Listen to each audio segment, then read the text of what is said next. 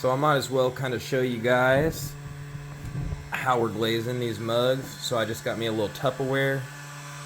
I got my heat gun and a bucket. And yeah, we're just doing a little dippy dip. And then I'll bring it over. I like to just kind of shake off what I got. Start it out. You don't want to have too much glaze on there because then you're fighting the runs. You never want to have the runs, boys. Kings and queens. So we're going to, you want the runs when you fire it, but you don't want the runs. So we're going to tap that off. And then, really quickly, push it into our firing range here. And now I just kind of rotate it until it's dry enough not to drip too much.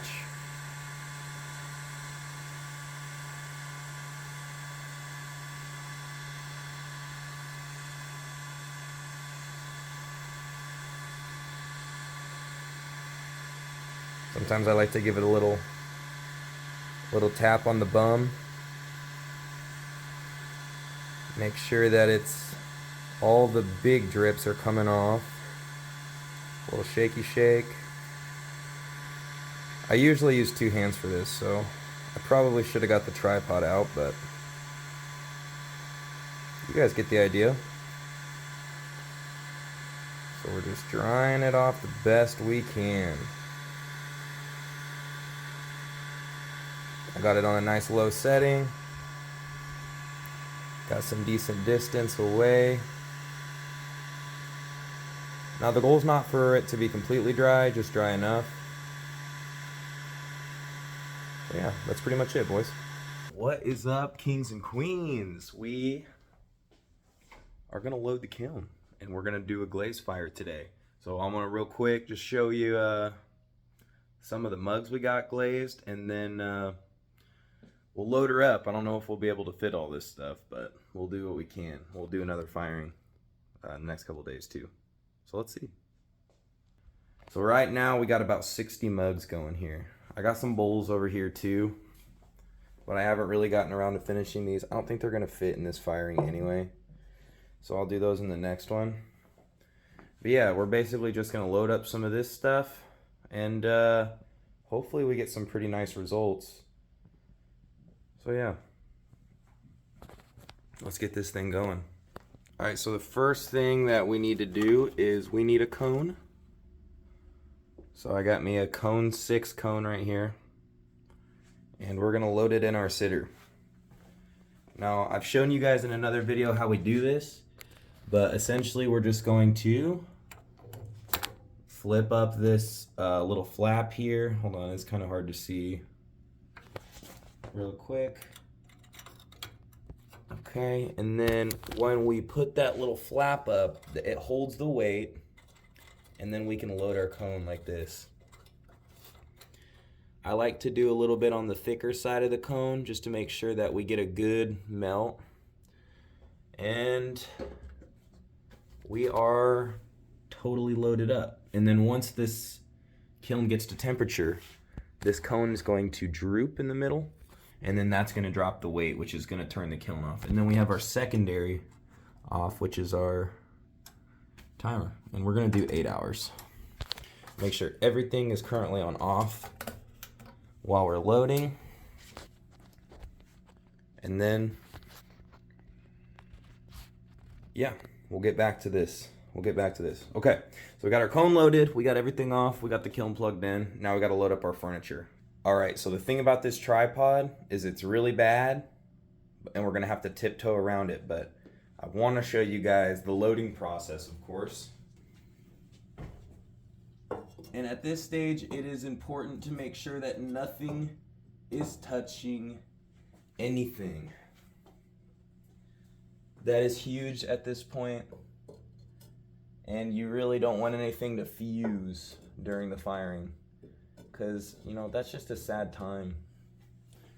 We hate to see it, and it happens to the best of us, you know. And I'm definitely not the best of us. So I've definitely had shit fused together. I've lost a lot of pieces in firings. But you know, it's part of the game, dog. And we're out here.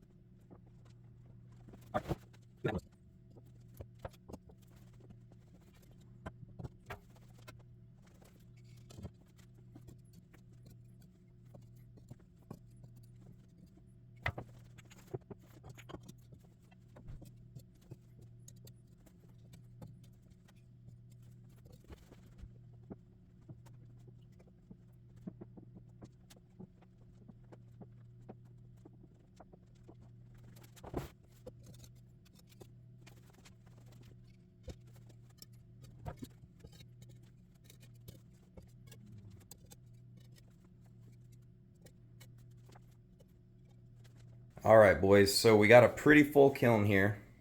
We still have some mugs left over, but like I mentioned earlier, I got to do those bowls in there. So, and I might refire this. So, we'll have some stuff to put in there for another firing tomorrow, and then I'll probably put that in this video too. But yeah, I'm just gonna go ahead and get this firing. Here's the firing strategy for this glaze, because it does underfire sometimes at the bottom. I'm gonna fire it on low or on high on the bottom for like 3 hours, maybe even 4 hours, and then I will just have the other two on low, and then I'll come down here and then I'll put everything on high. Now we close it up. Here.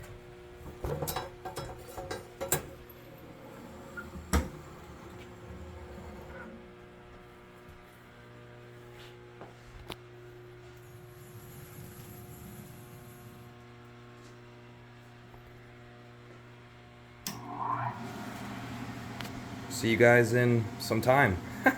All right, what is up, kings and queens and everyone in between? It's time to unload this kiln, so let's turn it off and get it unloaded. And then we'll go over what we got. All right, so we're still in fucking uniform all the way down to the fucking beat-ups card, bro. But I don't care because we gotta know what the results of our firing is. So we're gonna open this up and looks like we got some cool shit. Let's hope for the best for the bottom layers, but this one's looking pretty cool, guys. So let me pull up the camera and we'll do unloading.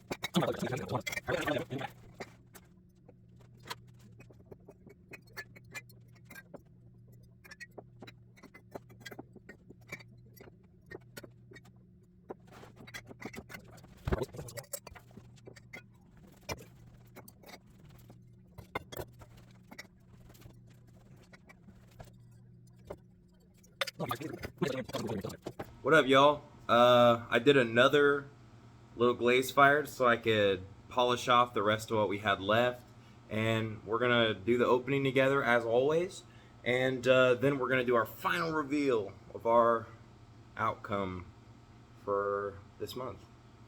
So let's get on unloading the kiln, boys. Okay, we're rocking the one glove. Oh, it's not too hot in there.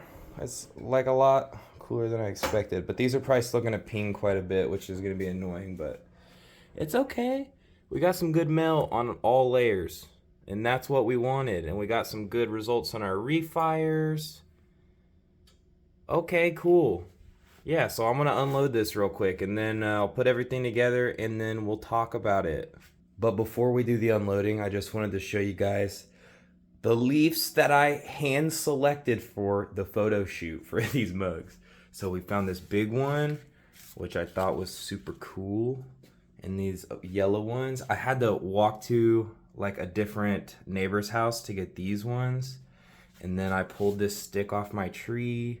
I found these corn cobs, which are still kind of damp. That's kind of unfortunate.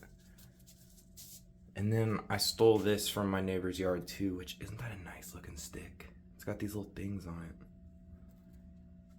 So I love them. I hand selected. They've been drying in here while the kiln cools. Sorry folks, that's about the best I can do with that tripod.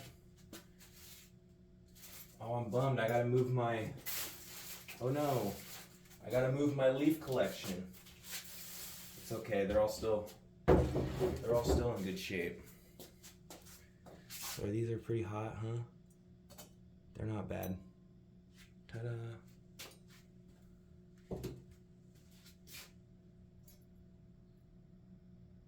Maybe I will wear a glove just for precautionary. Just for precautionary.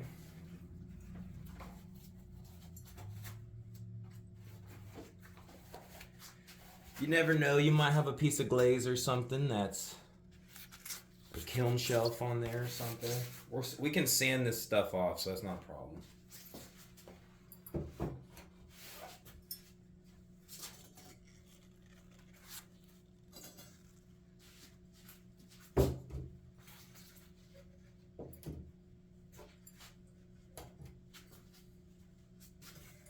This little guy.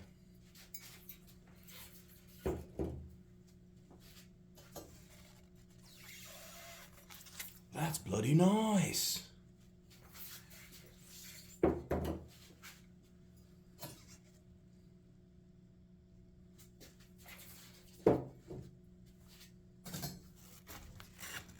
These were refires. They turned out all right. Could be better.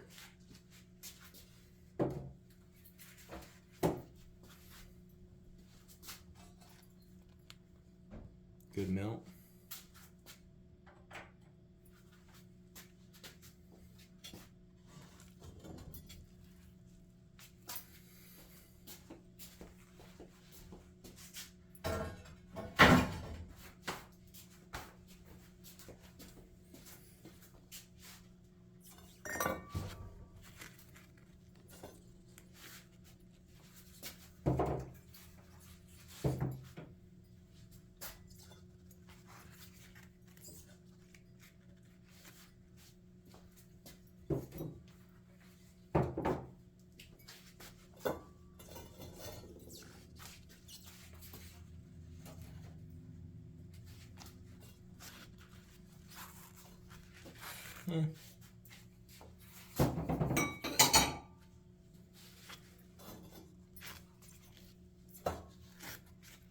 Turned out all right.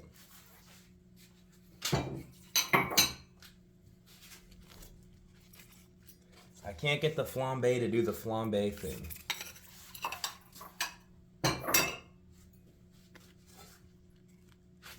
That's bloody nice. All right.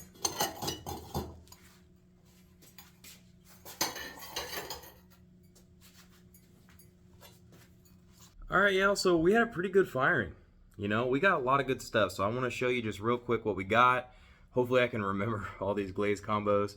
But, yeah, let's take a look. So this is pretty much everything we got. These were mix match combos, but I think this one was these all have flambe in them. And then this is blue sapphire or sapphire float over flambe, sapphire float over flambe, oatmeal over flambe, oatmeal over flambe, and this one is the sapphire over flambe again, but I didn't do the whole bowl. I can't remember what these two were. I think this might have been the indigo float actually. So those ones are indigo float. These ones are blue rutile and green tea. All these ones. This one was a mix match because I reglazed him, but he turned out pretty cool. Look at those drips. I need to sand off the bottom of these. This one is indigo float over blue rutile. This one's a refire. This one's indigo float over birch over sea salt. These three were seconds, not that great. winter wood with what is it? Why am I forgetting? Lavender mist. Winter wood over lavender mist. This is my personal favorite always, which is the birch over the winter wood. You know, this one actually might have a crack in it, so we'll see. We'll see. Some of them were refires, so some of them, you know, some of them are good, some of them aren't. But, you know, I still got to go through all these and make sure they're sanded, pick out the seconds. This one was the sea salt with blue rutile and also fire brick and birch. This one is winter wood, birch, and blue rutile. And then finally, I made the most of these. These are just simple little coffee mugs for the winter time, like maybe Christmas. But they're blue rutile over fire brick, which I just love the combo. I think they look so chill. They're not too much. They got good color. I love them. The only thing I wish I would have did is I did 3 where I put the birch over it too. And I just think they turned out just a little bit more vibrant. So yeah, that's pretty much it. We didn't do too many color combos this time. I am looking at this though. This one had some pretty bad crazing. I wonder what happened there. You can see the crack on the inside of the mug too. He's a whole ass second, guys. This is what happens. You got to inspect them. You can't sell something like this. It is a cool looking mug, but he has a crack in him. So he's going to go over here with all of his seconds buddies. And I know how I talked previously I was going to refire this. Well, I've already refired it 3 times, and this is what can happen. Hairline cracks. Can't get too attached to your pieces, guys. That's why when you make stuff in batches, you got to make a lot. Because, you know, a bunch of these are not going to be sold. You know, like these 3 are seconds right here. Those are not going to get sold. This one has a pretty fucked up rim on it. So, you know, it happens. But then, you know, you got some really great ones. Like, I think most of these ones turned out pretty fabulous. And there's nothing wrong with them. So I think we got a pretty good fucking batch here, guys. This is the best batch of shit I've ever done. So I'm really excited about these results. I hope you guys are too. And I'll see you in the next one. Thank you so much.